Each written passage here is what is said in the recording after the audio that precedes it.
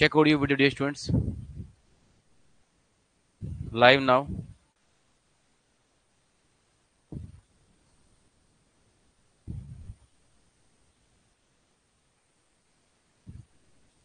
Check audio video.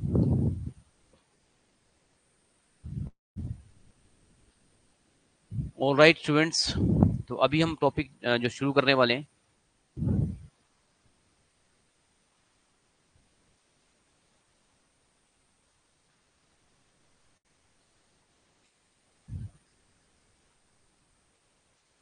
that is your resonance.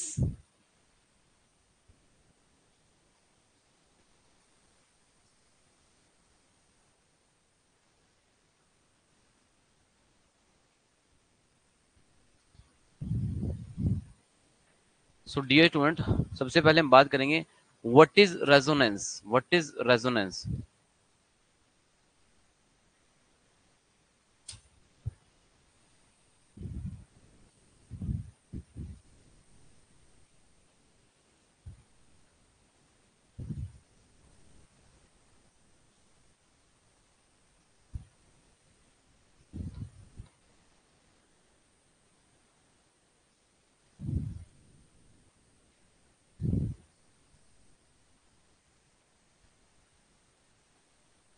Resonance.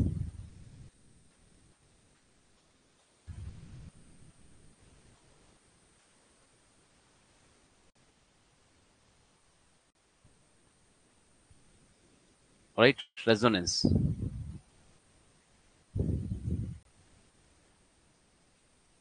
So instrument resonance. Basically, what is resonance? यहाँ हम पढ़ेंगे आज. What is the definition of resonance? Definition of resonance. Important. Circuit diagram of resonance. In fact, types of resonance. Types क्या होंगे? Types of resonance. Types of resonance. Then we have some important points. Important points on resonance. And some miscellaneous point we will cover, like numerical also we will cover from the resonance topic. Numerical. Numerical we also try from the topic resonance, right?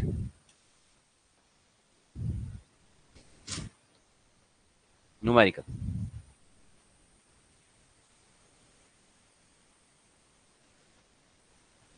Definition of resonance, types of resonance, important points of resonance, numerical on the resonance. Right student. तो सबसे पहले हम बात करेंगे what is resonance. It means definition of resonance में यही चीज cover होती है, व्हाट इज रेजोनेंस. या फिर हम बात करेंगे what is resonance, what is resonance, what is resonance, what is this, what is resonance. Student resonance basically of concept of resonance. Concept of resonance, what is resonance, definition of resistance, resonance, sorry, all things are same. So for occurrence of resonance, जब resonance आपको चाहिए, for occurrence of resonance,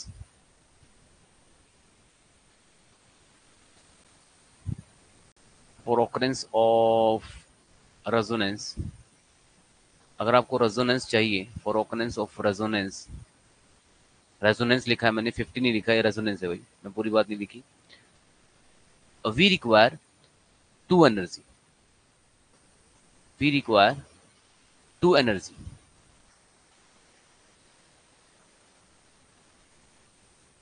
We require two energy. We require two energy for the resonance, right? And students, ये जो energy होती है, ये energy होती है मैग्नेटिक फील्ड एनर्जी. कौन सी एनर्जी चाहिए? Magnetic field energy and electric field energy. Electric field energy. This magnetic field energy, आपको एक जो ऑब्जेक्टिव क्वेश्चन भी आता है, कहाँ पे स्टोर होती है? इंडक्टर में स्टोर होती है. तो कौन कौन सी एनर्जी चाहिए? मीन्स इंडक्टर चाहिए जहां पर मैग्नेटिक फील्ड एनर्जी स्टोर होगी, और एक कैपेसिटर चाहिए जहां पर इलेक्ट्रिक फील्ड एनर्जी स्टोर होगी। तो यहाँ से एक ऑब्जेक्टिव क्वेश्चन भी बन गया कि कैपेसिटर, अगर पूछता है कैपेसिटर में कौन सी एनर्जी स्टोर होती है, तो आपको बोलेंगे इलेक्ट्रिक फील्ड स्टोर होती है जी। इंडक्टर में कौन सी स्टोर होती है, तो आप कहेंगे मैग्नेटिक फील्ड एनर्जी स्टोर होती है। कौन कितनी एनर्जी चाहिए रेजोनेंस होने के लिए, रेजोनेंस को होने के लिए कितनी एनर्जी चाहिए? Two energy. कौन कौन सी? मैग्नेटिक फील्ड और इलेक्ट्रिक फील्ड एनर्जीज, राइट। कोई इलेक्ट्रिकल सर्किट, कोई इलेक्ट्रिकल सर्किट जो हम, मैं आपको बना के भी दिखाऊंगा अभी, कोई इलेक्ट्रिकल सर्किट हम कब कहेंगे कि रेजोनेंस में, राइट। कि कोई इलेक्ट्रिकल सर्किट है, कोई इलेक्ट्रिकल सर्किट है, इलेक्ट्रिकल सर्किट है, कोई इलेक्ट्रिकल सर्किट है, हम कहेंगे इन द रेजोनेंस, किस में है? इन द रेजोनेंस में है। किस में है? इलेक्ट्रिकल सर्किट रेजोनेंस में कब होता है? चाहे वो सीरीज है पैरेलल में, उससे फर्क नहीं पड़ेगा, लेकिन बात यह है कि वो रेजोनेंस में कब होता है। ठीक है, देखिए, अगर जो सोर्स का करंट है, सोर्स का करंट है और जो सोर्स की वोल्टेज है, ये सेम फेज में आ जाए, किस में आ जाए? सेम फेज में। सोर्स का करंट और सोर्स की वोल्टेज सेम फेज में अगर है, तो ये होता है बच्चों, सोर्स का करंट और सोर्स की जो वोल्टेज अगर सेम फेज में है, तो ये होता है रेजोनेंस। क्या होता है? रेजोनेंस। तो मैंने स्टार्टिंग में बोला आपको कि रेजोनेंस क्या है, रेजोनेंस क्या है, what is the resonance, what is the resonance, right. मैं इस रेजोनेंस की बात कर रहा हूँ, इसकी डेफिनेशन की बात कर रहा हूँ, इसके व्हाट, क्या है ये रेजोनेंस, इसकी बात कर रहा हूँ। और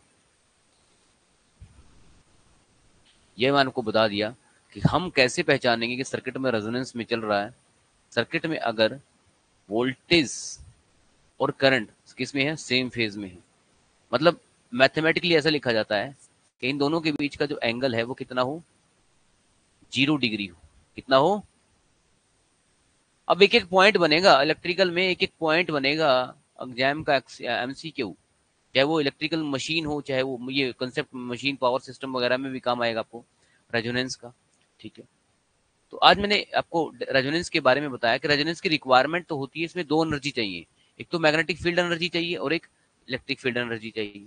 अब मैग्नेटिक फील्ड एनर्जी किस में स्टोर होती है? इंडक्टर में। और किस इलेक्ट्रिक फील्ड एनर्जी किस में स्टोर होती है? कैपेसिटर में। इसका मतलब हमें इंडक्टर भी चाहिए रेजोनेंस के लिए और कैपेसिटर भी चाहिए। फिर हमने कहा रेजोनेंस होने के लिए आई एस, जो सोर्स का करंट है, वो वोल्टेज, सोर्स की वोल्टेज के सेम फेज में आना चाहिए। ठीक है, तो वहां फेज डिफरेंस 0 बनता है। क्या बनता है? अब ऑब्जेक्टिव क्या बनेंगे? जब सर्किट रेजोनेंस में है तो उस टाइम फेज कितना होता है? तो आप बोल देंगे 0 डिग्री होता है। आपसे पूछूंगा रेजोनेंस के लिए कितनी एनर्जी चाहिए, 1 2 3 4, आप बोल देंगे 2 एनर्जी चाहिए। कौन कौन सी एनर्जी चाहिए? मैग्नेटिक फील्ड एनर्जी चाहिए या फिर इलेक्ट्रिक फील्ड एनर्जी भी चाहिए।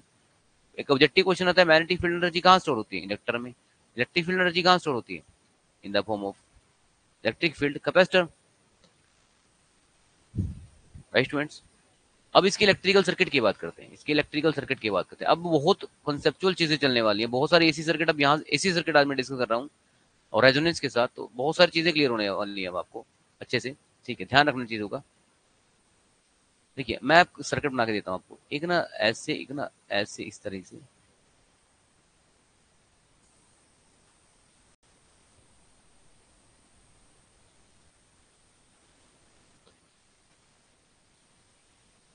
ये लगा दिया रजिस्टर, इसके बाद यहां हमने लगा दिया एक, क्या है ये? इंडक्टर। क्या है?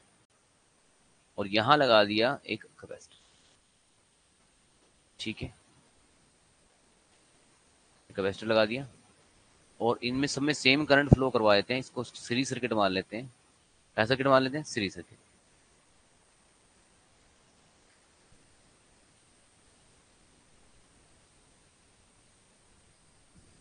तो बड़ा बना देते हैं।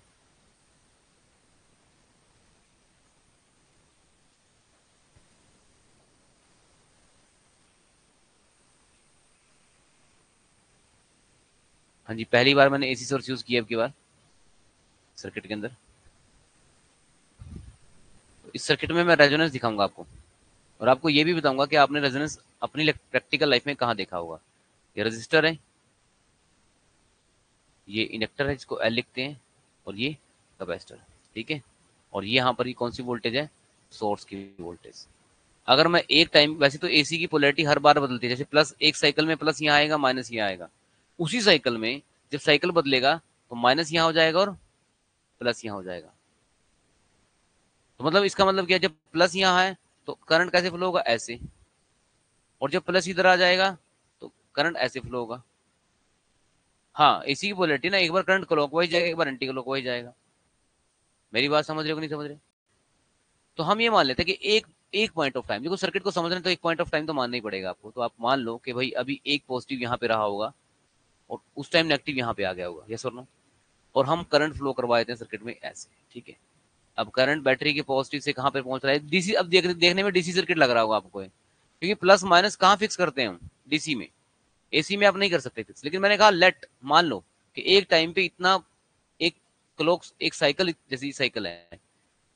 तो जब मैं पॉजिटिव साइकिल की बात कर रहा हूँ तो ये तो मान सकते हैं ना कि पॉजिटिव साइकिल में ऐसे करंट फ्लो करेगा। और अगर नेगेटिव साइकिल कर दूं मैं, फ्लो करूं नेगेटिव साइकिल कर दूं, तो फिर क्या कर दो, पोलैरिटी चेंज कर दो। यही तो करना है बस।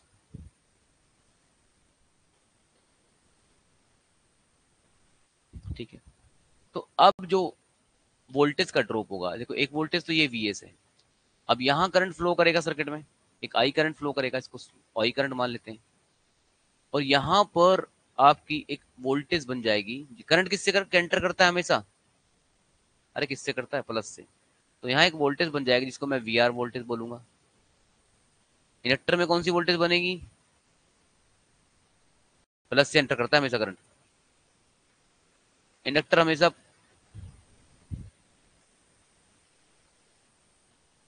इसको वीएल वोल्टेज बोल देते हैं, प्लस से एंटर। कैपेसिटर में भी प्लस से करंट करंट एंटर करेगा।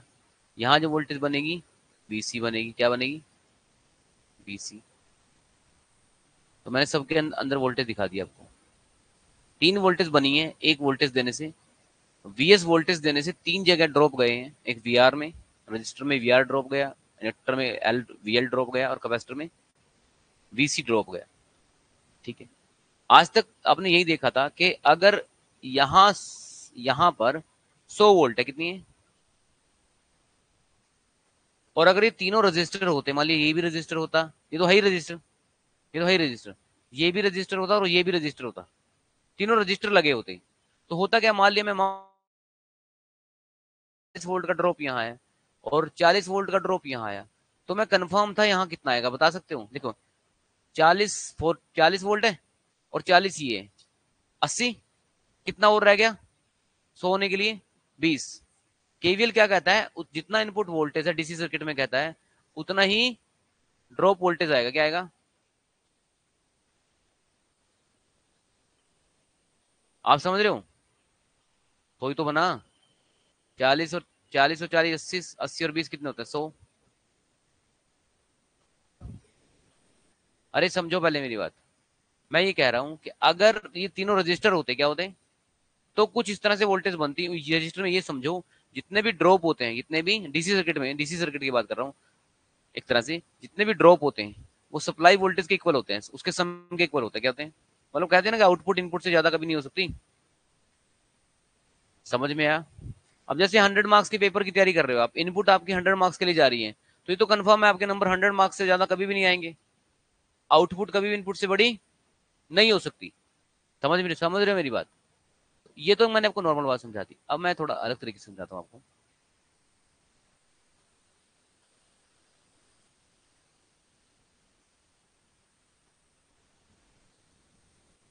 तो यहां पर आपने कहा,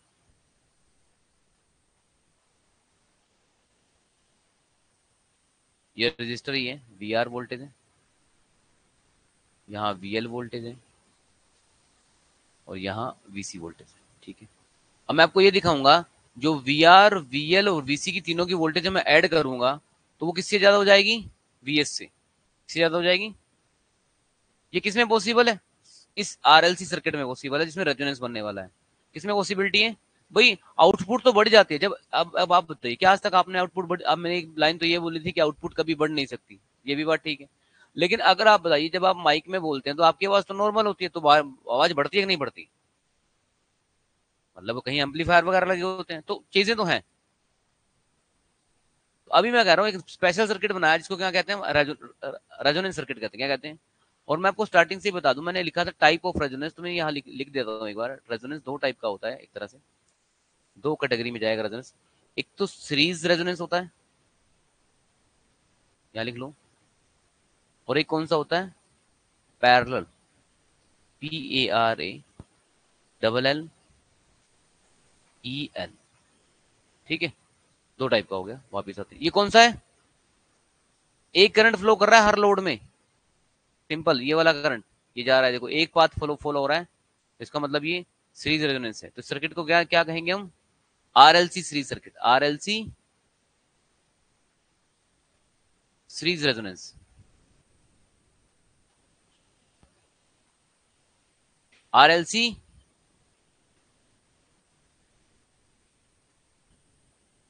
ठीक है स्टूडेंट्स, अब ध्यान से सुनना, मैं देखो क्या क्या चीजें प्रूव करने वाला हूँ, आपको बड़ा इंटरेस्टिंग चीजें लगेंगी अभी यहाँ पे।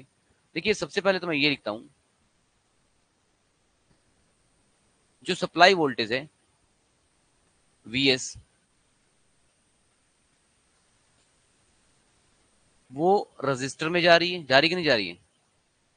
तो रजिस्टर में क्या वोल्टेज बन रही है, VR, IR के इक्वल है ये, IR तो बनेगा यहाँ वोल्टेज ड्रॉप, आई ये आई मल्टीप्लाई हो जाएगा यहाँ R में, तो IR, वो VR बोल रहा हूँ उसको, क्योंकि V तो IR के इक्वल ही होता है, आगे आ जाएगा। अच्छा एक बात है, यहाँ पर एक मैं एंगल बना रहा हूँ, क्या बना रहा हूँ, क्योंकि अभी मुझे क्या है, सर्किट AC हो गया जहाँ एंगल बनाना ही बनाना पड़ेगा। और एंगल क्या होता है, करंट के और जो वोल्टेज होती है उनके बीच का डिफरेंस होता है। तो जब सर्किट रजिस्टिव है, अभी तो रजिस्टर की बात कर रहे हैं ना, तो वोल्टेज करंट के बीच में कितना डिफरेंस होगा हमेशा, अरे कितना होगा, 0 डिग्री। अब आगे आ जाओ, आगे कौन सा सर्किट, आगे क्या लगा हुआ है, इंडक्टर लगा हुआ है, क्या लगा हुआ है, इंडक्टर। इंडक्टर में जब ये वाला करंट एंटर करेगा इंडक्टर के अंदर, और इंडक्टर के अंदर जो रेजिस्टेंस बनेगा उनके बीच का, मैंने आपको बताया था इंडक्टर में हमेशा करंट लैग करता है कितने डिग्री, 90 डिग्री। तो यहाँ पर इंडक्टर में करंट बनेगा कितना, 90 डिग्री। कितना बनेगा, ये फेज डिफरेंस है किस किस के बीच का, इंडक्टर में जो बनने वाली वोल्टेज है, इंडक्टर के अंदर जो वोल्टेज बनी, और जो उसके अंदर करंट गया, इंडक्टर के अंदर जो करंट जा रहा है और जो इंडक्टर के अंदर वोल्टेज बन रही है, उन दोनों का फेज डिफरेंस कितना, 90 डिग्री। ऐसे मान लो ना कि भाई इंडक्टर एक ऐसा एलिमेंट है जो करंट को, कोयल होती है इंडक्टर एक तरह से ना, तो करंट उसमें लेट चलता है, क्या चलता है। जैसे किसी को कहीं कहीं लोगों के नाम रख देते हैं कि आप तो बहुत slow, you are a big inductor, कुछ स्लो है उसको कुछ नाम दे देंगे, फास्ट है तो हम बोल देंगे भाई आप उसाइन बोल्ट हो। तो जो चीज स्लो है, तो इंडक्टर में हमें क्या बोल दिया, स्लो है, क्या स्लो है, करंट स्लो है, किससे, वोल्टेज से। तो इंडक्टर में करंट लेट आता है, वोल्टेज पहले बन जाती है, तो और कितने का फर्क आ जाता है, 90 डिग्री का, कितने डिग्री का। टाइम को हम एंगल में बोल रहे हैं, किसी बोल रहे हैं अलग, जबकि हम बोल में टाइम में रहा हूँ, टाइम में कैसे बोल रहा हूँ, जैसे आप अभी 10 मिनट लेट आए हो तो टाइम में बोला, लेकिन 10 मिनट को मैं डिग्री में बोल सकता हूँ, आप 30 डिग्री लेट हो, क्या हो, ऐसे समझ लो कुछ। तो यहाँ मैं टाइम नहीं बोल रहा हूँ, डिग्री बोल रहा हूँ, क्या बोल रहा हूँ। अब आप चाहो तो अपनी जो वाल क्लॉक है, जो आपके पास वॉच है, उसको डिग्री में कन्वर्ट कर लो, फिर आप डिग्री में हो जाएगी। जैसे कोई बंद किसी मैंने बोला जैसे आप 12 बजे आपको आना था, तो मैं 0 डिग्री पे आप पहुंच जाते। अब कोई बंदा 12 बजे नहीं आया, एक बजे आया, तो वो कितना डिग्री लेट है, तो 12 से 1 बजने में 30 डिग्री का फर्क होता है, अगर घंटे के हिसाब से देखें तो 30 डिग्री। 1 बजे आया वो 30 डिग्री पे आया, जो 2 बजे आया वो 60 डिग्री पे आया, जो 3 बजे आया पर्सन वो 90 डिग्री पे आया, समझ रहे हो, ऐसे मानो। तो ऐसे करते करते जब 12 के बाद दोबारा कोई पर्सन 12 घंटे लेट आता है, तो कितना लेट हुआ वो, 360 डिग्री। 360 डिग्री का मतलब एक पूरा लैब कंप्लीट हो गया, वापस सुई कहाँ पे आ गई, घड़ी की 12 बजे पे आ गई। आ रहा है समझ में। तो यहाँ पर मैं सिंपल ये कह रहा हूँ कि आपको फेज डिफरेंस दिखाना है, VRVL। एक और भी रह गया सर्किट, कौन सा, कैपेसिटर, क्या बोला। अब कैपेसिटर में देखो, इंडक्टर और कैपेसिटर एक दूसरे के ड्यूल होते हैं, ड्यूल होते हैं, इसलिए हम इसमें एक में ड्यूल का मतलब उल्टा, अपोजिट। तो हम ऐसा करेंगे, अगर यहाँ पहले +90 दिखाया है, तो होता तो यहाँ भी करंट वोल्टेज में 90 डिग्री का फर्क है, लेकिन एक को माइनस से दिखा देंगे, किसे दिखा देंगे, बस। कैपेसिटर में करंट पहले आ जाता है, तो कैपेसिटर में करंट लीड करता है किससे, वोल्टेज से। कैपेसिटर में क्या लैग करती है, वोल्टेज। और इंडक्टर में क्या लैग करता है, करंट। इंडक्टर में करंट लैग करता है, कैपेसिटर में वोल्टेज लैग करती है। अब चार बातें क्यों बन रही हैं, इंडक्टर में अगर करंट लैग कर रहा है तो वोल्टेज लीड करती होगी, कैपेसिटर में अगर करंट लीड करता है तो वोल्टेज लैग कर जाएगी, उल्टा हो जाएगा। तो ये एक्सप्रेशन आपको पेपर में आएगा किस तरीके से, मैं आपको बताता हूँ। वीएस की वैल्यू मैं आपको बता दूं, वीएस की वैल्यू बनेगी वी आर, जीरो लिखने की अब जरूरत नहीं है, 90 डिग्री को हम बोलते हैं जे, आपको स्टार्टिंग में बेसिक में बताया था जे, वीएल का वीएल माइनस 90 का बनेगा माइनस जे, और वीसी का वीसी। भाई अगर 90 जे है तो -90 माइनस जे हो जाएगा, क्या हो जाएगा, जे। तो आपको मैं बता दूं, आज आपको एक फॉर्मूला मिल गया सप्लाई वोल्टेज निकालने का, भी मैं करवाऊंगा भी क्वेश्चन आपसे, ठीक है। V R plus J common ले लो, VL minus VC, VL minus, ये आपका एक फॉर्मूला आ गया टोटल वोल्टेज निकालने का सर्किट में। क्या निकालने का वोल्टेज फॉर्मूला आ गया,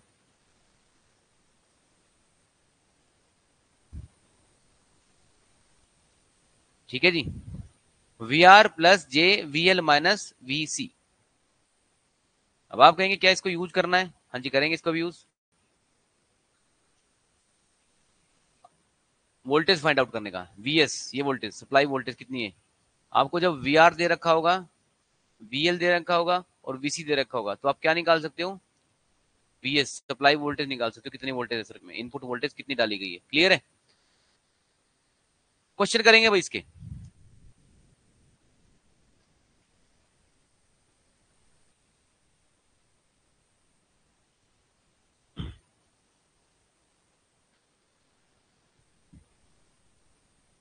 स्टूडेंट वीएस को लिख लो आप आई जेड, जेड होता है total impedance of circuit. V R को लिख लो आप, एक सेकेंड बस, वीएस को लिख लो आप सप्लाई करंट सर्किट ऑफ और total impedance of the circuit, और वी आर को लिख लो आप आई आर, क्या लिख लो, प्लस जे का जे, और ये बन जाएगा वीएल में जो वोल्टेज बनेगी वो आई इंटू आर, आर नहीं होता कैपेसिटर में, एक्सएल होता है, क्या होता है, और कैपेसिटर में आई का आई, कैपेसिटर में वोल्टेज क्या बनेगी आई आर, आर आर नहीं होता है, यहाँ एक्सी होता है, क्या होता है, हाँ जी। तो कैपेसिटर में अब इस आरएलसी सर्किट में अगर मैं आई कॉमन ले लूं तो ये सारा आई कट जाएंगे, तो इंपीडेंस निकालने का फॉर्मूला आ गया आपके पास। इंपीडेंस क्या होती है, जेड। तो जेड का फॉर्मूला दे दिया मैंने आपको, अब मैं जेड का क्वेश्चन भी करवाऊंगा आपको। जेड किसके इक्वल होती है, R plus j XL minus XC, ठीक है।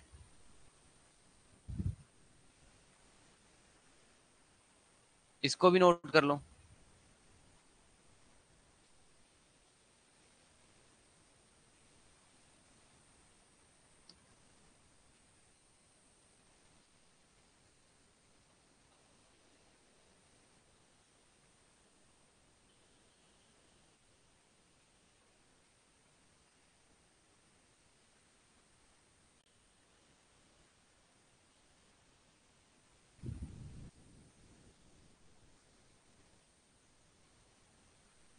ठीक है, कर लिया नोट। एक फॉर्मूला वोल्टेज का हो गया, एक फॉर्मूला इंपीडेंस निकालने का हो गया। अब आप चाहो तो यहीं से आप कुछ न्यूमेरिकल कर सकते हो, लेकिन अभी मैं न्यूमेरिकल की तरफ नहीं जाऊंगा, पहले एक्सप्लेन कर दूं सर्किट को, ठीक है। मैं रेजोनेंस एक्सप्लेन करने जा रहा हूँ। देखिए ये होता है हमारा रियल पार्ट, क्या होता है, रियल पार्ट। गया इंडक्टर कैपेसिटर में कुछ बन रहा है, वो है हमारा इमेजिनरी पार्ट। क्या है, मुझे ये बताइए, इमेजिनरी पार्ट को जीरो किया जा सकता है, हाँ जी किया जा सकता है। अगर एक्सएल और माइनस एक्सी की वैल्यू जीरो कर दी मैंने, क्या कर दी, एक्सएल और एक्सी की वैल्यू जीरो करने का मतलब ये हुआ, अगर इंडक्टर का एक्सएल, एक्सएल क्या होता है, इंडक्टर का रेजिस्टेंस, अगर इंडक्टर का रेजिस्टेंस 100 ओम हो गया, कितना हो गया, और कैपेसिटर का रेजिस्टेंस एक्सी वो भी 100 ओम हो गया, तो बताओ क्या क्या बचेगा यहाँ पे, अगर दोनों वैल्यू 100 होगी, 100 माइनस 100 जीरो, यही तो मतलब है ना। अरे भाई मैं ये कह रहा हूँ, अगर एक्सएल माइनस एक्सी को मुझे जीरो करना है, तो इसका मतलब यही हुआ ना, एक्सएल को एक्सएल के बराबर, एक्सी के बराबर रखना पड़ेगा। अगर ये 100 है तो ये भी 100 कर दो, तो अपने आप जीरो बन जाएगा, बात तो एक ही है। तो आपको ये पहली बात रेजोनेंस की जो समझ में आएगी, यहां से आपको मैं बता दूं कि रेजोनेंस के अंदर अगर आप इमेजिनरी पार्ट को जीरो कर दोगे, वो मैं बताऊंगा कैसे करेंगे। आपका जो एक्सएल माइनस एक्सी है, एक्सएल माइनस एक्सी है, इसको आप जीरो रख दो। क्या रख दो? और एक्सएल इक्वल टू, एक मैग्नेटिक कपल सर्किट का भी कॉन्सेप्ट आएगा यहाँ पर, XL equal to XC, sorry ये मैं थोड़ा सा ठीक कर दूं, कई फॉर्मूले निकलने वाले हैं इस क्लास में ना। एक्सएल इक्वल टू एक्सी, ये आ गया। अब एक्सएल किसके बराबर होता है?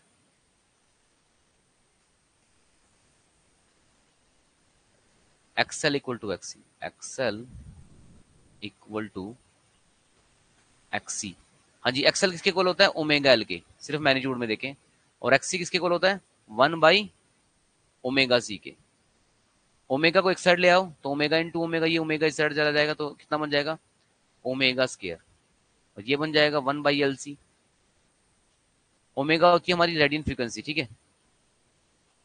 दोनों तरफ स्क्वायर रूट करूंगा तो ये वाला रूट यहाँ आ जाएगा और एक रूट यहाँ आ जाएगा, ये इससे कट जाएगा।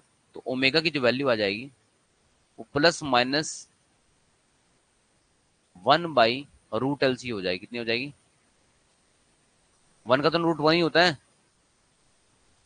रेडियन पर सेकेंड। अब कुछ बचेंगे प्लस माइनस दोनों लिखने नहीं, एक ही लिखना है आपको, प्लस लिख लो, प्लस 1/√LC। ये फॉर्मूला है जो बहुत काम आपको आने वाला है। अगर आपने कोई न्यूमेरिकल ट्राई किए तो आपने देखा होगा ये फॉर्मूला बहुत इंपॉर्टेंट है। तो रेजोनेंट, अब मैं ओमेगा के साथ ओमेगा नोट लिख लो, ये इसके साथ आप लिख लो ओमेगा आर। तो मैं आपको एक फॉर्मूला दे दूं आज, रेजोनेंट फ्रीक्वेंसी का कभी भी फॉर्मूला मैं आपसे पूछूं तो आप मुझे बोल देना रेजोनेंट फ्रीक्वेंसी के फॉर्मूले में आर नहीं आता, सिर्फ एल और सी आते हैं। तो अगर सर्किट, यहां से सर्किट को देख रहे हो आप, तो आप बोल देना रेजोनेंट फ्रीक्वेंसी के फॉर्मूले में सिर्फ हमें किसका यूज करना होता है? आर का और एल का, सॉरी एल का और सी का।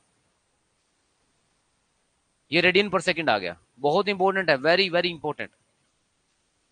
और अगर मुझे, ये तो मैंने रेडियन पर सेकंड में निकाला, अगर मुझे आंसर हर्ट्स में चाहिए तो क्या करेंगे? आपको फर्स्ट चैप्टर में सिखाया था मैंने। ओमेगा नोट को क्या लिख लो आप? ओमेगा किसके किलो होता है? 2 पाई के। किसके किलो? 2 पाई एफ के। किसके? और एफ नोट लिख लो या एफ आर लिख लो, बात एक ही है, ओमेगा आर या एफ आर। इक्वल टू बन गया 1/2 पाई, 1/√LC, है ना। तो यहाँ से एफ नोट की वैल्यू बता सकते हो कितनी आएगी? एफ नोट की या एफ आर की वैल्यू कितनी आएगी बताओ?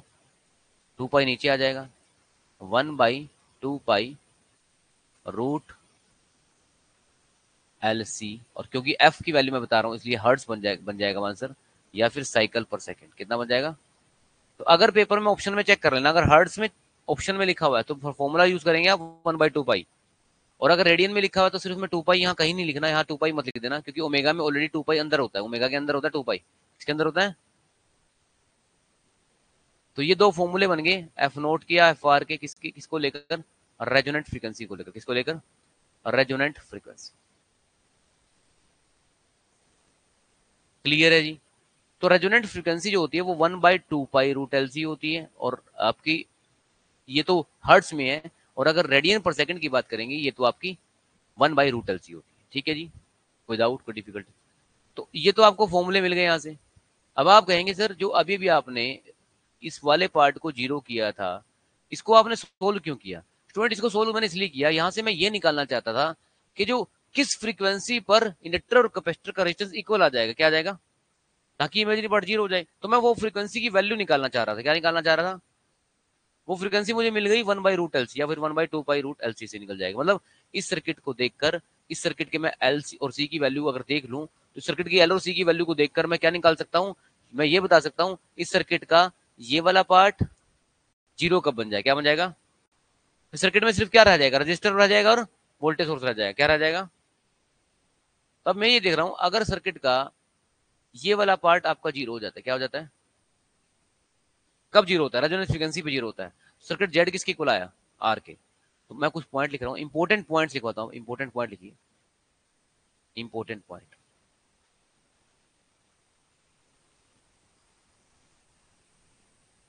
इंपॉर्टेंट पॉइंट लिखिए। देखिए, at resonant frequency, at resonant frequency, हाँ जी, क्या वैल्यू है इसकी बता सकते हैं? एफ आर में इस फ्रीक्वेंसी के ऊपर आके हमें, यही फॉर्मूला है ना एफ आर का, तो यही है। इस फ्रीक्वेंसी पर आकर सर्किट में पहला पॉइंट है, जो जेड आ जाएगा, सर्किट का जो इंपिडेंस है वो किसके इक्वल आ जाती है? सिर्फ रजिस्टर के इक्वल आएगी। किसके इक्वल आएगी? जिस सर्किट में एल भी दिख रहा है, एल भी दिख रहा है, जिस सर्किट में हमें एल भी दिख रहा है, ये एल भी दिख रहा है भाई, सी भी दिख रहा है, उस सर्किट में अब सिर्फ हम किसकी बात कर रहे हैं, ओनली आर की। किसकी बात कर रहे हैं, सिर्फ आर का रेजिस्टेंस रह गया। देखा जाए तो ऐसा कर दिया, इंडक्टर कैपेसिटर ने एक दूसरे को कैंसिल कर दिया। जैसे तीन ब्रदर हैं, उनकी हमेशा में आर्गुमेंट रहती आपस में, तो मेन आर्गुमेंट दो लोगों की ज्यादा होती है, तो दो को बोल दिया कि तुमने अगर बात की तो हमें घर से निकाल दिया जाएगा। तो अब ये इनकी एनर्जी अपने अंदर दबा ली इन्होंने, इसकी एनर्जी, इसका अपना गुस्सा इसने, इसके लिए जो उसके अंदर गुस्सा था एल के लिए, सी ने अपने अंदर दबा लिया, सी एल के लिए अंदर, सी के लिए जो था उसने अपने अंदर दबा लिया। आपस में एक दूसरे को इनकी एनर्जी ने कैंसिल कर दिया। क्या कर दिया, अब घर में एक ही बार जो क्या लगेगा, इस घर में एक ही बच्चा रहता है और वो है आर, क्या रहता है, और ये कौन है, सोर्स उसका फादर है। अब आर्ग्यूमेंट खत्म हो गई। देखो प्रेजेंट तो है, अब वो जो नहीं बोल रहे हैं इसका मतलब वो है, इसका मतलब कि नहीं वो चले गए हैं, वो है तो है लेकिन है भी नहीं है। अगर मैं कह रहा हूं इंडक्टर के अंदर 100 वोल्ट है, कितनी है, कितने वोल्टेज है, तो और कैपेसिटर के अंदर है -100 वोल्ट, कितनी आ गई, क्योंकि माइनस के साथ किया। फॉर्मूले में देखो, फॉर्मूले देखो ध्यान से, फॉर्मूला देखो। अगर यहाँ वीएल 100 वोल्ट आ गई तो ये वीसी ये भी 100 बनेगा, और 100 - 100 कितना हो जाएगा, 0। 0 वोल्ट क्या होता है, शॉर्ट सर्किट। तो देखा जाए तो क्या हुआ, जब मैं सोर्स से ऐसे करंट गया, ऐसे करंट गया, ऐसे जाएगा करंट, उसके बाद शॉर्ट सर्किट, ये वाला पार्ट कट जाएगा और करंट ऐसे फ्लो होगा, क्योंकि ये तो आपको शॉर्ट सर्किट हो गया ना सारा पार्ट। प्रेजेंट तो है लेकिन फिर भी प्रेजेंट नहीं है। तो ये मैं कहना चाह रहा था कि सर्किट में सिर्फ एक रजिस्टर बचा, जब सर्किट में रेजोनेंस चल रहा होगा। क्या चल रहा होगा, दूसरा पॉइंट। अब ये बताइए, जब सर्किट में रजिस्टर भी था, इंडक्टर भी था, इन तीनों को, तीन रेजिस्टेंस होते हैं, रजिस्टर का रेजिस्टेंस है, इंडक्टर का रेजिस्टेंस है, कैपेसिटर का रेजिस्टेंस है। जब ये चली गई, जब एक बात मुझे बताइए, अगर ये तीनों ऐड होते तो वैल्यू ज्यादा बनती, जब ये दोनों चले गए हैं तो वैल्यू सिर्फ आर की बचेगी। तो जो इंपिडेंस है अब क्या हो गया, पहले से बहुत कम हो गया। क्या हो गया, क्यों भाई, क्योंकि दो रेजिस्टेंस पिक्चर में नहीं है अभी। अब मुझे बताइए, ओम्स लॉ का फॉर्मूला है एसी सर्किट के लिए, डीसी सर्किट के लिए ओम्स का फॉर्मूला है आई आर, क्या है, एसी सर्किट के लिए ओम्स लॉ का फॉर्मूला है V equal to I Z. Z क्या होता है, रेजिस्टेंस होता है, इसमें आर एक्सएल एक्सी सब आते हैं। अब मुझे बताइए, आई की वैल्यू निकाल के दिखाइए, आई क्या होगा, वी बाई जेड, क्या होगा, वी बाई। अब बात मुझे बताइए, आई और जेड का क्या रिलेशन है, इनवर्स है। अगर जेड अपनी मिनिमम वैल्यू पे होगा क्या होगा, तो आई, अब अगर सर्किट में कम से कम रेजिस्टेंस है तो सर्किट में करंट क्या फ्लो होगा, मैक्सिमम। तो ये पेपर में कई बार पूछा है कि जब सर्किट आरएलसी सीरीज रेजोनेंस में है, किसमें, सीरीज रेजोनेंस की बात कर रहा हूँ, इस फ्रीक्वेंसी की बात कर रहा हूँ, इस फ्रीक्वेंसी पे ओनली सर्किट का इंपीडेंस मिनिमम हो जाएगा, लेकिन सर्किट में करंट जो है वो क्या हो जाएगा। कितनी बार पूछा गया क्वेश्चन, हजारों बार पूछा गया कि सर्किट में कैसा करंट फ्लो करेगा, मैक्सिमम फ्लो करेगा, मिनिमम फ्लो करेगा, neither maximum neither minimum, none of these, maximum क्या करेगा। अरे भाई जब रेजिस्टेंस मिनिमम है तो करंट तो मैक्सिमम बनेगा, क्योंकि रेजिस्टेंस का उल्टा तो करंट होता है, जितना रेजिस्टेंस कम उतना करंट ज्यादा। रेजिस्टेंस क्या करता है, करंट को रोकता है ना, यही पॉइंट बनेगा ना। अरे समझ रहे हो कि नहीं समझ रहे हो। अब सर्किट में आप कह रहे हो कि सर्किट में सिर्फ रजिस्टर रह गया, क्या रह गया। जब सर्किट रजिस्टिव होता है तो आपको मैंने बताया था, यहां से याद करो, मैंने क्या कहा था, मैं ये प्रूव कर दूंगा सर्किट में, रेजोनेंस के लिए मैं ये प्रूव कर दूंगा सर्किट में सेम फेज में आ जाए, क्या आ जाएगा, वोल्टेज करंट सेम फेज में आ जाएंगे। इसका मतलब सेम फेज में कब आता है, सर्किट सेम फेज में कब आता है, एक्सल और एक्सी कैंसिल करने पड़ेंगे, क्योंकि सर्किट रजिस्टिव जब हो जाएगा, अब हो गया पोलर, सर्किट कैसा सिर्फ रजिस्टिव है। सर्किट जब रजिस्टिव होता है तो उस टाइम वोल्टेज और करंट का फेज डिफरेंस कितना होता है, इंडक्टर कैपेसिटर तो पिक्चर में है ही नहीं, उन्हीं की वजह से करंट एंगल बनता है, फेज एंगल। सर्किट क्या हो गया, फेज क्या हो गया, सर्किट का 0 हो गया, तो ऑटोमेटिकली कंडीशन रेजोनेंस की चल रही है ना। तो आपसे पेपर में पूछ भी सकते हैं थर्ड नंबर पॉइंट कि फाइव की वैल्यू कितनी होती है जब सर्किट में रेजोनेंस चल रहा होता है, 0 बोलना है आपने। चार ऑप्शन आएंगे, 5 0 होगा, 30 होगा, 90 होगा, कितना होगा, तो आप 0 बोलेंगे। चौथा पॉइंट, फोर्थ नंबर पे पॉइंट, एक वर्ड, एक डेफिनेशन होती है पीएफ, जिसको पावर फैक्टर बोल सकते हो, क्या बोल सकते हैं, पावर फैक्टर, क्या बोल सकते हो, पावर फैक्टर। अब मुझे ये बताइए पावर फैक्टर क्या है। पावर फैक्टर को हम बोलते हैं कोसाइन ऑफ फाई, क्या बोलते हैं, कोसाइन ऑफ फाई, क्या बोलते हैं, कोसा फाई क्या है, angle between voltage and current. तो मुझे बताइए अभी फाई की कितनी वैल्यू है अब आपके पास ऊपर, 0। अरे कितनी है, तो को 0 की वैल्यू कितनी आ गई, 1। तो अगर ये मैं पूछता हूँ, पेपर में क्वेश्चन आ गया आरएलसी सीरीज रेजोनेंस के लिए पावर फैक्टर की वैल्यू कितनी होगी, तो आप कितना आंसर लेके आएंगे, 1, या फिर यूनिटी, या फिर,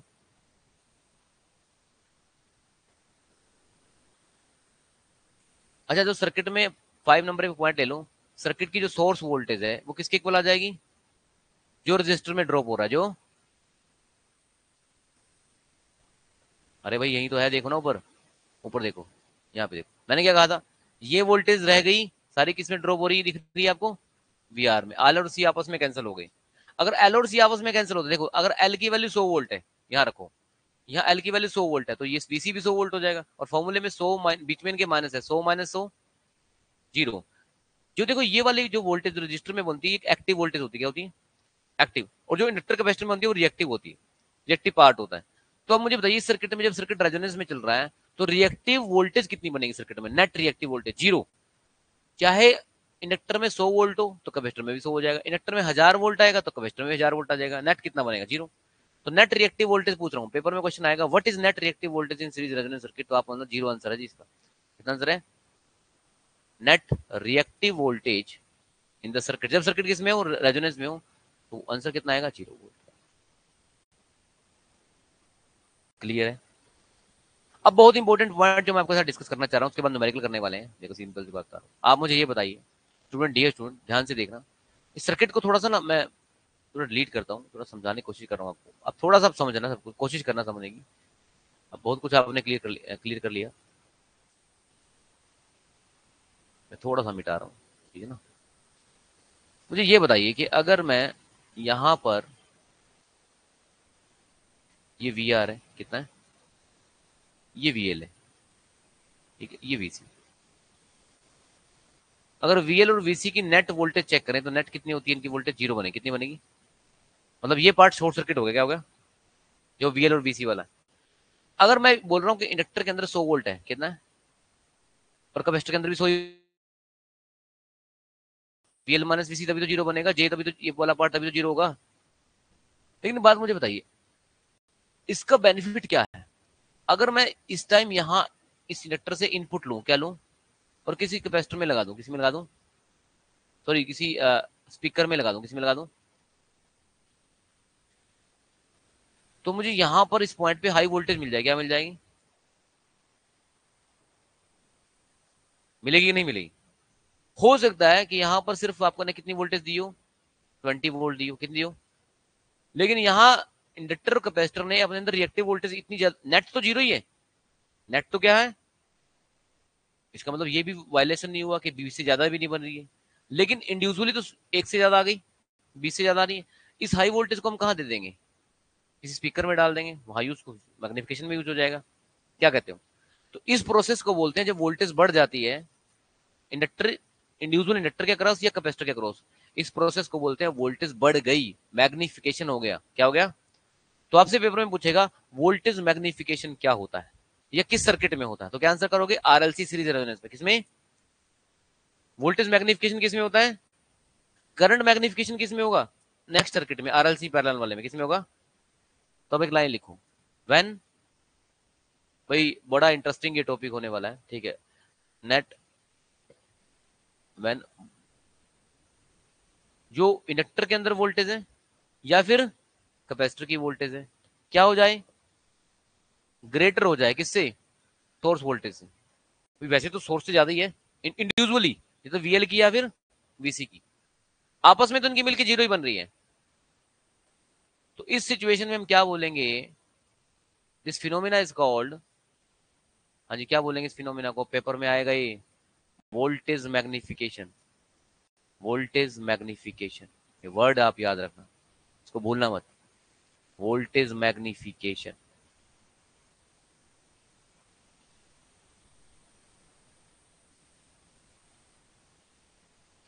आई होप चीजें आपको क्लियर हुई है भाई, सीरीज रेजोनेंस समझ में आ गया होगा, ठीक है। नहीं एम्पलीफायर की तो अभी बात ही नहीं हो रही है, अभी कोई एम्पलीफायर की बात नहीं हो रही है, मैं क्वेश्चन कराऊंगा आपको और समझ में आएंगी चीजें, अभी एम्पलीफायर की तो मैं कोई चर्चा नहीं कर रहा हूँ अभी, ठीक है, सिर्फ जस्ट एक इंडक्टर कैपेसिटर के अंदर वोल्टेज हुई है, एम्पलीफायर का कॉन्सेप्ट थोड़ा अलग है, ठीक है, मैं आपको उसका भी बताऊंगा एंड क्लास के एंड में। एप्लीकेशन, एम्पलीफायर का तो मैं वर्ड कहीं लिखवाया, कहीं पर मैंने एम्पलीफायर कहीं नहीं लिखवाया ना मैंने, इसलिए जब एम्पलीफायर कहीं है ही नहीं तो मैं क्यों लिखवाऊं उसको, क्या कहते हो, जबरदस्ती कंसेप्ट नहीं मिक्स कर सकते। ऑसिलेटर, सॉरी एप्लीकेशन लिखो ना पहले, एप्लीकेशन कहाँ यूज होता है ये, एप्लीकेशन, ये जो कंसेप्ट होता है वो कहाँ यूज होता है, मैं आपको बताऊंगा, बहुत जगह बताऊंगा ऐसे जहाँ ये यूज होने वाला है, और प्रैक्टिकली भी सिखाऊंगा। ऑसिलेटर में यूज होता है एक तो, फिल्टर्स में यूज होता है, ये कंसेप्ट किस में यूज होता है, फिल्टर बनाने में यूज होता है, ट्यूनिंग सर्किट में, किसमें यूज होता है। ये हम जो, आप ये बताओ कि आपके चैनल में, टीवी के अंदर बहुत सारे चैनल अवेलेबल होते हैं कि नहीं होते हैं, लेकिन डिपेंडिंग अपॉन कंट्रोल फ्रीक्वेंसी आप रिमोट से जो बटन दबाते हैं वही चैनल चल जाता है। अवेलेबल तो सारे ही होते हैं, जैसे आप फ्रीक्वेंसी चेंज करते हो तो एक चैनल सेलेक्ट हो जाएगा।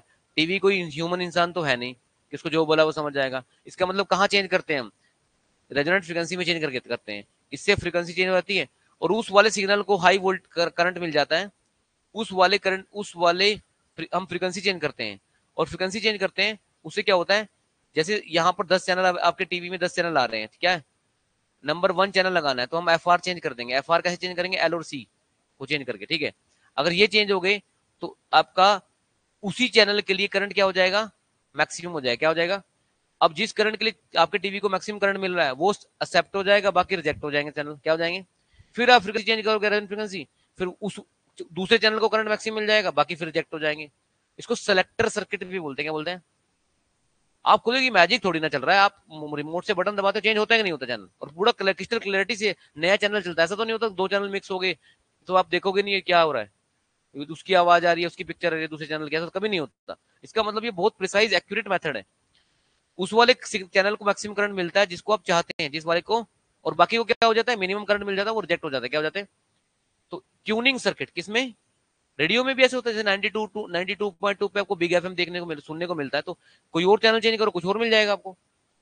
इसमें क्या है, ट्यूनिंग सर्किट है। अब आप कहेंगे सर वहां कैसे फ्रीक्वेंसी चेंज कर सकते हैं, बिल्कुल कर सकते हैं। देखो अभी मैंने रेजोनेंट फ्रीक्वेंसी का फॉर्मूला बताया, क्या बताया आपको, 1/2 पाई रूट एल सी। ये मैं बिल्कुल मानता हूं कि एल कोयल चेंज नहीं होती बार बार, ठीक है, लेकिन सी चेंज कर सकते हो आप। गैंग कैपेसिटर होता है, क्या होता है, और गैंग कैपेसिटर क्या होता है, आप टीवी का जो पहले जैसे रेडियो में, मोबाइल में, आप उसको मोबाइल में उसका स्विच घुमाते हो ना, तो उसका कैपेसिटी सी चेंज हो जाएगी। अगर सी चेंज होगा क्या एफ आर की वैल्यू चेंज नहीं होगी, एफ आर डिपेंड ही एल और सी पे कर रहा है, क्या कहते हो। तो ट्यूनिंग सर्किट, और क्या भाई, आपके इंडक्शन हीटिंग वाले जो आजकल चलते हैं ना, इंडक्शन हीटर, उनमें भी यूज होता है एक कॉन्सेप्ट, तो बहुत जगह यूज होता है भाई इंडक्शन। एक इसके नोट बना लेना, एक्सेप्टर सर्किट भी बोलते हैं इसको, क्या करते हैं, क्या बोलते हैं इसको, नोट में लिख लेना क्या बोलते हैं इसको। ये मत कहना कि पेपर में आ गया बताया नहीं था। एक्सेप्टर सर्किट किसको बोलते हैं, आरएलसी सीरीज रेजोनेंस को, किसको, आरएलसी सीरीज रेजोनेंस को, सीरीज रेजोनेंस को बोल रहा हूं मैं। पैरेलल रेजोनेंस को रिजेक्टर सर्किट बोलते हैं, क्या बोलते हैं। ये नोट कर लेना प्रॉपर, इसके बिना काम नहीं चलेगा, अगर आपने ये नोट नहीं की काम नहीं चलेगा, इम्पोर्टेंट। ठीक है, अभी क्वेश्चन दिखाता हूं मैं आपको, ठीक है, सॉल्व करके क्वेश्चन दिखाता हूं। ये वाली सेकंड वाली नीचे।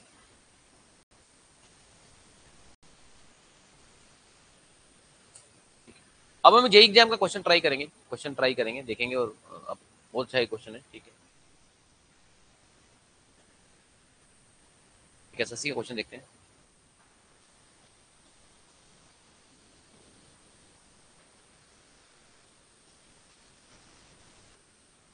जेई एग्जाम में आया था, कई एग्जाम कई साल में देखा मैंने, कई साल से देख रहा हूँ इस क्वेश्चन को, बड़ा अच्छा क्वेश्चन है।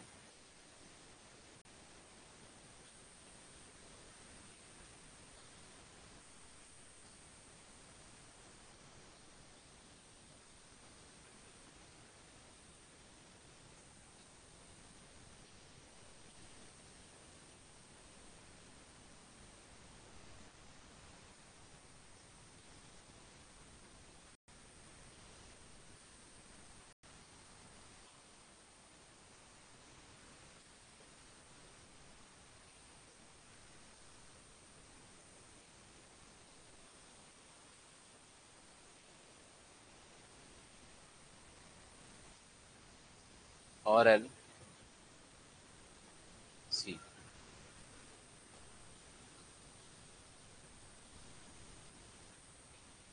3 वोल्ट यहाँ आया 14 वोल्ट। अभी रेजोनेंस में नहीं है ये सर्किट, इसी अलग अलग वोल्टेज दिखाई जा रही है ना। अब यहाँ सिर्फ कितनी बनी है 14। जब रेजोनेंस आएगा तो यहाँ पर भी कितनी बन जाएगी 14 बन जाएगी, क्या बन जाएगी। लेकिन अभी रेजोनेंस आया नहीं होगा सर्किट में, सिर्फ ये पूछा है सोर्स वोल्टेज की वैल्यू क्या होगी।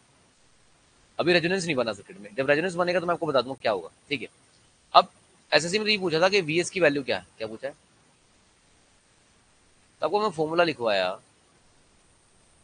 क्या फॉर्मूला लिखवाया, V R plus J V L minus V C, है ना।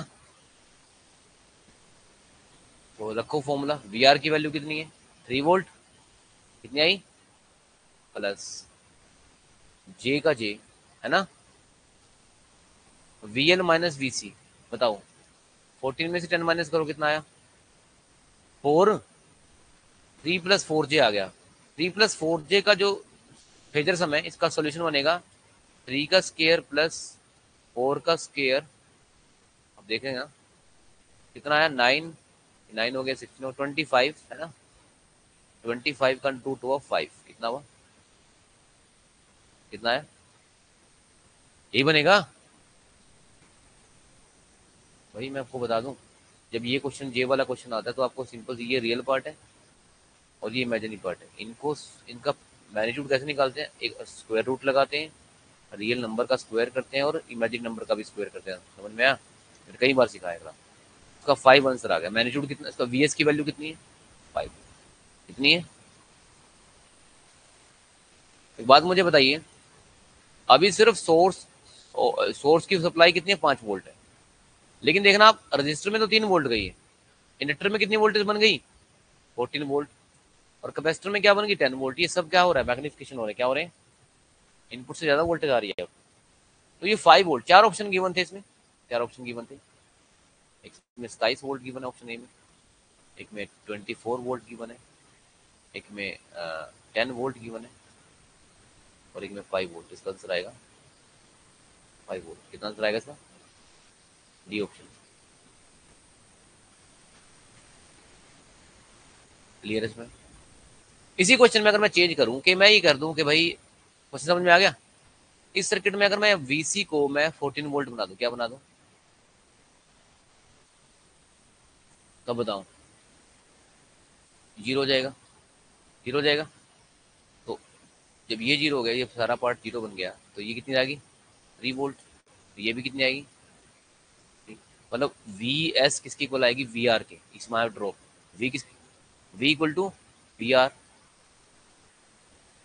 सर्किट रेजोनेंस में है, जो यहाँ सप्लाई की वोल्टेज है और रजिस्टर में ड्रॉप के वोल्टेज इक्वल आ रही है। क्या मैंने नहीं लिखवाया था, V S equal to V R बनता रेजोनेंस में। क्या ये क्वेश्चन समझ में आया। तो ये किसका कॉन्सेप्ट है भाई, ये सीरीज रेजोनेंस का कॉन्सेप्ट है, किसका कॉन्सेप्ट है, सीरीज रेजोनेंस। अब आप सोच रहे होंगे सर इसके लिए जो थ्योरेटिकल आपने इतना बता दिया, इसका कोई ऐसा तरीका भी है, कोई ऐसा ग्राफ भी है जिसको लेकर मैं पूरी चीजें फिर से समझ सकता हूँ, इसका ग्राफ भी, इसका एक ग्राफ भी,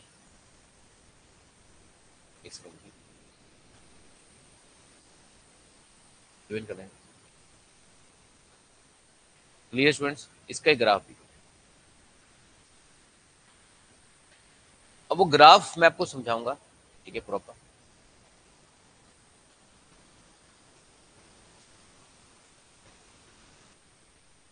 और बहुत चीजें आपको, बहुत चीजें समझोगे इस ग्राफ से, ठीक है, आरसी सीरीज रहने से।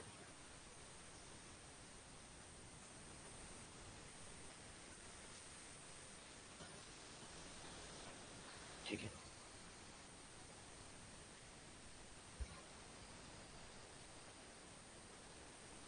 कोई डाउट कोई डिफिकल्टी हो तो बता दो भाई एक बार, वही सारी, ठीक है। चलो, तो ये तो बात इस बात को लेकर हो गई कि अभी हमने क्या हम कर रहे थे उसको डिस्कस कर रहे थे बस। अब इस पूरी बात को हम ग्राफिकली भी समझते हैं, ताकि जरूरत नहीं है, लेकिन मुझे लगता है कि ग्राफ ही याद रह जाए पेपर में मोर देन, ठीक है। और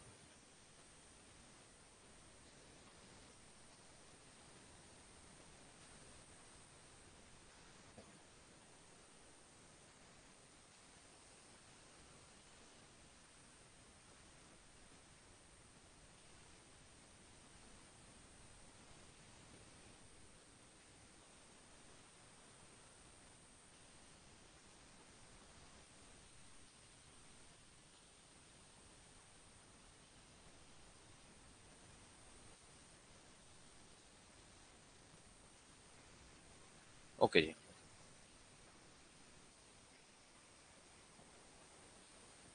एक ना हम क्या करने वाले हैं, एक वाई एक्सिस लेंगे और एक एक्स एक्सिस लेंगे। क्या लेंगे? एक वाई एक्सिस लेंगे और एक एक्स एक्सिस लेंगे।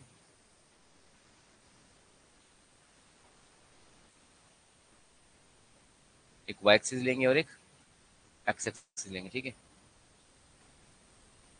तो इस पे बता दी।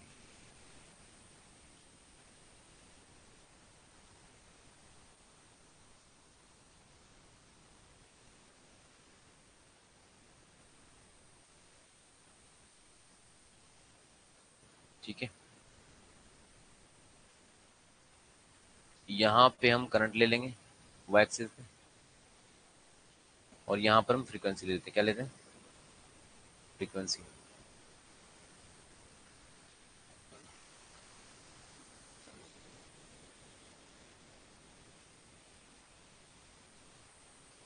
ठीक है,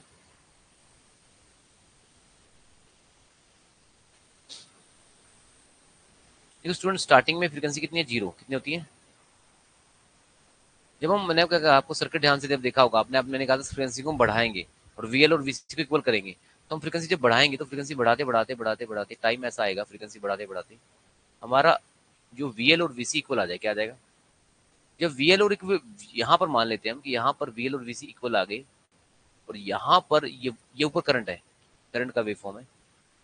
जब आपका यहाँ पर वीएल और वीसी बराबर आने का मतलब है इस पॉइंट पर हम सर्किट में, इस जो येलो कलर का ग्राफ दिख रहा है, यहाँ हमें मैक्सिमम करंट मिल जाए। क्या मिल जाएगा?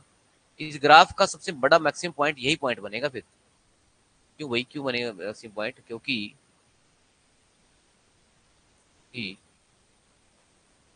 थोड़ा सा मैं यहाँ दिखाता हूँ, ये मैक्सिमम पॉइंट बन रहा है। क्यों भाई? क्योंकि यहाँ मैं मान रहा हूँ कि वीएल इक्वल टू वीसी आ रहा है। क्या आ रहा है? समझ रहे हो नहीं समझ रहे हो? और यहाँ लिख दो फिर सर्किट का जो मैक्सिमम, यहाँ पर जो करंट मिल रहा है आपको, ये मैक्सिमम करंट है सर्किट का। क्या है? सर्किट का मैक्सिमम करंट कहाँ मिलेगा हमें? रेजोनेंट फ्रीक्वेंसी पे। तो मैंने सबसे बड़ा पॉइंट, इस ग्राफ येलो कलर का जो ग्राफ था, अगर मैं ग्राफ ऐसे बनाता तो इसका मैक्सिमम पॉइंट तो ये वाला होता। क्या होता? अगर ग्राफ मैं इस तरह से बनाता, ये इसका मैक्सिमम पॉइंट ये है। तो अभी तो ग्राफ ऐसे बनाया ना, इसका मैक्सिमम पॉइंट तो यही है, ऊपर वाला हिस्सा ही। जैसा ग्राफ बनाया उसी के अकॉर्डिंग ले लिया मैंने बस। इसमें क्या दिक्कत है? तो मैंने अभी ग्राफ जो बनाया उसके अकॉर्डिंग मैंने, मुझे मैक्सिमम करंट मिल गया किस पॉइंट पे? इस पॉइंट पे। और ये भी कंफर्म है कि यहाँ पर जब ये मैक्सिमम पॉइंट मुझे मिला तो मैंने ये भी मान लिया कि यही वो पॉइंट है। जैसे फ्रीक्वेंसी शुरू में 0 हर्ट्ज थी, कितनी थी? फिर 1 1 हर्ट्ज होगी, फिर 2 होगी, फिर फ्रीक्वेंसी ऐसे बढ़ रही है। देखो एक टाइम ऐसा आएगा, यहाँ पे कोई फ्रीक्वेंसी ऐसी रही होगी, फिर सर्किट में मैक्सिमम करंट आ गया होगा, और ये वो पॉइंट है, यही वो फ्रीक्वेंसी जिसको हम क्या बोलेंगे? Resonant frequency. क्या बोलेंगे? अरे रेजोनेंट फ्रीक्वेंसी पे तो मैक्सिमम करंट आता है।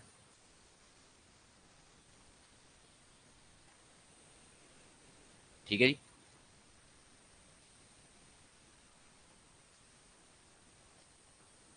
तो यहाँ पर आपको इस पॉइंट पे मुझे बताइए जेड की वैल्यू कितनी होगी इस पॉइंट पे? अगर करंट यहाँ मैक्सिमम मिला तो जेड कितना मिलेगा यहाँ पर? मिनिमम। इसी पॉइंट पे, अरे मिनिमम करंट तो करंट मैक्सिमम होगा। इसी पॉइंट पे फाई की वैल्यू कितनी होगी यहाँ पर? फाई 0 होगा। अरे रेजोनेंट रेजोनेंट के पॉइंट डिस्कस होंगे सारे। इसी पॉइंट पे पावर फैक्टर कितना बनेगा? यूनिटी कितना बनेगा? ऊपर वाले पॉइंट सारे। वी कितना आएगा इस पॉइंट पे? इसी पॉइंट पे वी, वी आर के इक्वल आ जाएगा। V S. Net reactive voltage कितनी बनेगी इसमें? नेट रिएक्टिव वोल्टेज कितनी बनेगी? 0। सारे पॉइंट ऊपर वाले। अब देखो यहाँ पर एक पॉइंट ले रहा हूं मैं, और यहाँ पे भी एक पॉइंट ले रहा हूं मैं। ये दो फ्रीक्वेंसी पॉइंट ले लिए मैंने, इन दो पॉइंट को मैं नीचे बढ़ा रहा हूँ आगे।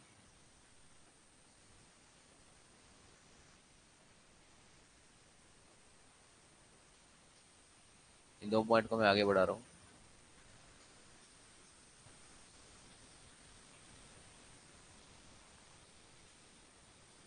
समझ रहे हो? एक फ्रीक्वेंसी स्पेक्ट्रम मिल गया हमें। क्या मिल गया? एफ आर से नीचे चले गए हम यहाँ तक, और एफ आर से ऊपर चले गए हम यहाँ तक।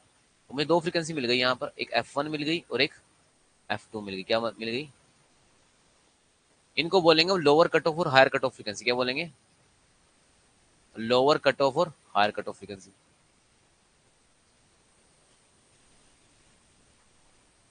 एफ एल और एफ एच। अरे ऐसे समझो यार, मान लिया 0 है, ठीक है, एफ एल है 10, कितनी है, यहाँ 10 होगी फ्रीक्वेंसी, यहाँ हो गई 50, 40 होगी चलो मान लो, फिर बढ़ते बढ़ते यहाँ पर होगी 50, कितनी होगी। अब मुझे बताइए 40 से इधर 30 नीचे गया मैं 10 हो गया, 40 से 30 ऊपर गया 70 हो, 70 मानो इसको, 30 ऊपर 30 नीचे 70, 40 रेजोनेंट फ्रीक्वेंसी में 30 नीचे गया तो एफएल मिल गई, 30 ऊपर गया तो एफएच मिल गई मुझे। तो रेजोनेंट फ्रीक्वेंसी 40 हर्ट्ज है, कितनी है, तो जी 70 माइनस,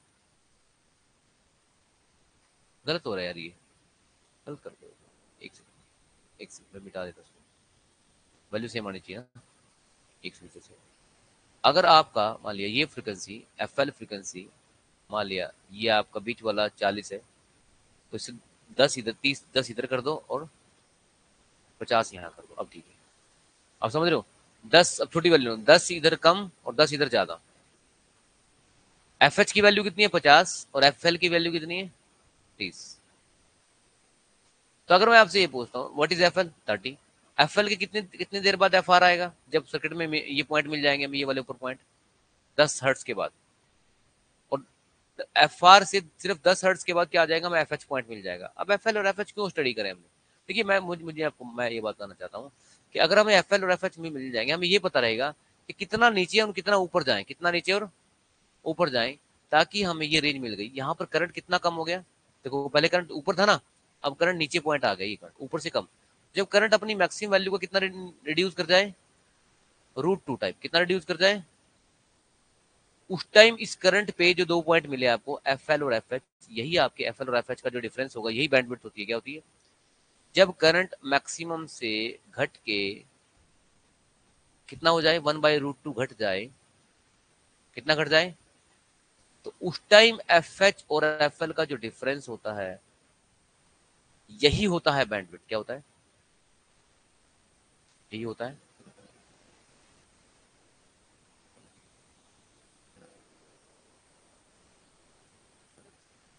क्लियर है स्टूडेंट्स, यही होता है बैंडविड्थ। अब आप मुझे थोड़ी बातें बताइए, देखिए इस वाले पार्ट में, जब मैं इस वाले पार्ट की बात कर रहा हूं, यहां पर यहाँ वाले इस वाले पार्ट में तीन तीन लोड है सर्किट में, रजिस्टर भी लगा हुआ है, इंडक्टर भी लगा है और कैपेसिटर, इंडक्टर भी लगा है कैपेसिटर भी लगा है ना। इस वाले पार्ट में, सेंटर वाले पार्ट में सर्किट यूनिटी चल रहा है, क्या चल रहा है, यूनिटी, एल और सी आपस में कैंसिल हो चुके हैं, तो क्या डोमिनेट करेगा सर्किट का पावर फैक्टर, क्या रहेगा, यूनिटी, क्या रहेगा, लिखा भी है मैंने ऊपर, पावर फैक्टर यूनिटी होता है। लेकिन एक बात मुझे बताइए, यहाँ पर तो यहाँ पर इस वाले पार्ट में कौन डोमिनेट कर रहा है, आर डोमिनेट कर रहा है, इसी वजह से सर्किट का पावर फैक्टर यूनिटी हो गया। लेकिन एक बात मैं बता दूं आपको, ये जब तक आर नहीं आया था तब तक सर्किट में क्या डोमिनेट कर रहा था, मैं आपको बता दूं, कैपेसिटर डोमिनेट कर रहा था, क्या कर रहा था। और जब एफ आर आ जाए, एफ आर पे कौन डोमिनेट करेगा, आर डोमिनेट करेगा, कौन करेगा, और आर के बाद जब आप एफ आर से ऊपर, जैसे देखो 0 से 30 हर्ट्ज तक कौन डोमिनेट करेगा, फिर 0 से 40 हर्ट्ज तक सी, और 40 हर्ट्ज पे कौन डोमिनेट करेगा, आर, और 40 हर्ट्ज से 50 हर्ट्ज के बाद कौन डोमिनेट करेगा, एल। मैं आगे अलग अलग से बता भी सकता हूँ क्यों ऐसा हो रहा है, बस अभी पहले इतना लिख लीजिए, जब कैपेसिटर डोमिनेट कर रहा है, जब कैपेसिटर डोमिनेट कर रहा है, तो कैपेसिटर को मैंने आपको बोला लीड करता है करंट, क्या करता है, इसलिए यहां बनेगा लीडिंग पावर फैक्टर, क्या बनेगा, लीड पावर फैक्टर, क्या बनेगा, पावर फैक्टर लीडिंग आएगा, जब कैपेसिटर डोमिनेट करते हैं तो लीडिंग पावर फैक्टर आता है, ठीक है। हाँ जी, जब रजिस्टर डोमिनेट करेगा तो यूनिटी पावर फैक्टर है, और जब इंडक्टर डोमिनेट करेगा तो लैगिंग पावर फैक्टर, क्या, करंट लैग करता है ना इसमें, लैगिंग पावर फैक्टर। अब मैं आपसे क्वेश्चन पूछ रहा हूँ भाई, अगर पेपर में आपको फ्रीक्वेंसी दे देगा, वो बोलेगा 40 हर्ट्ज आपकी रेजोनेंट फ्रीक्वेंसी है, 30 हर्ट्ज आपकी लोअर कट ऑफ फ्रीक्वेंसी है, 50 हर्ट्ज आपकी क्या हायर कट ऑफ फ्रीक्वेंसी है, वो बोलेगा 45 हर्ट्ज फ्रीक्वेंसी पे सर्किट कैसे बिहेव करेगा पावर फैक्टर में, तो आप बोलेंगे लैगिंग पावर फैक्टर कितना बिहेव करेगा। लैगिंग वर्ड से आप पहचान जाओगे इस टाइम इंडक्टर लोड काम कर रहा है, क्या कर रहा है, लीडिंग लैगिंग से ज्यादा कंफ्यूज नहीं होना, बस आप ये मान लो आपके दिमाग में लोड, जब मैं पावर फैक्टर का नाम लूंगा आपके दिमाग में लोड आ जाना चाहिए, क्या जाना चाहिए कि लोड कैसे चल रहा है। जब मैं बोलूंगा पावर फैक्टर यूनिटी है तो आप बोलोगे रजिस्टिव लोड काम कर रहा है, मैं कहूंगा पावर फैक्टर लीडिंग चल रहा है तो आप बोलेंगे कैपेसिटर डोमिनेट कर रहा है, डोमिनेट करने मतलब कैपेसिटर ज्यादा काम कर रहा है, वो ज्यादा पिक्चर में। जब मैं कहूंगा लैगिंग पावर फैक्टर है तो आप कहेंगे इंडक्टर ज्यादा डोमिनेट करता है। जनरली पावर फैक्टर लैगिंग ही होता है, क्यों, क्योंकि ज्यादातर लोड कोयल लगी होती है, कोयल में लैगिंग पावर फैक्टर ही होता है, क्या होता है, बात समझ में आई कि नहीं, फिर उसको कैपेसिटर लगा के कंपनसेट करते हैं, क्यों, अब बात समझ में आ रही कि नहीं आ रही। ये स्टूडेंट एक और नया कंसेप्ट जो मैंने ग्राफ से आपको समझाया, जो मैंने कोशिश की, जो आपको समझ में आ जाना चाहिए। क्लियर हुआ?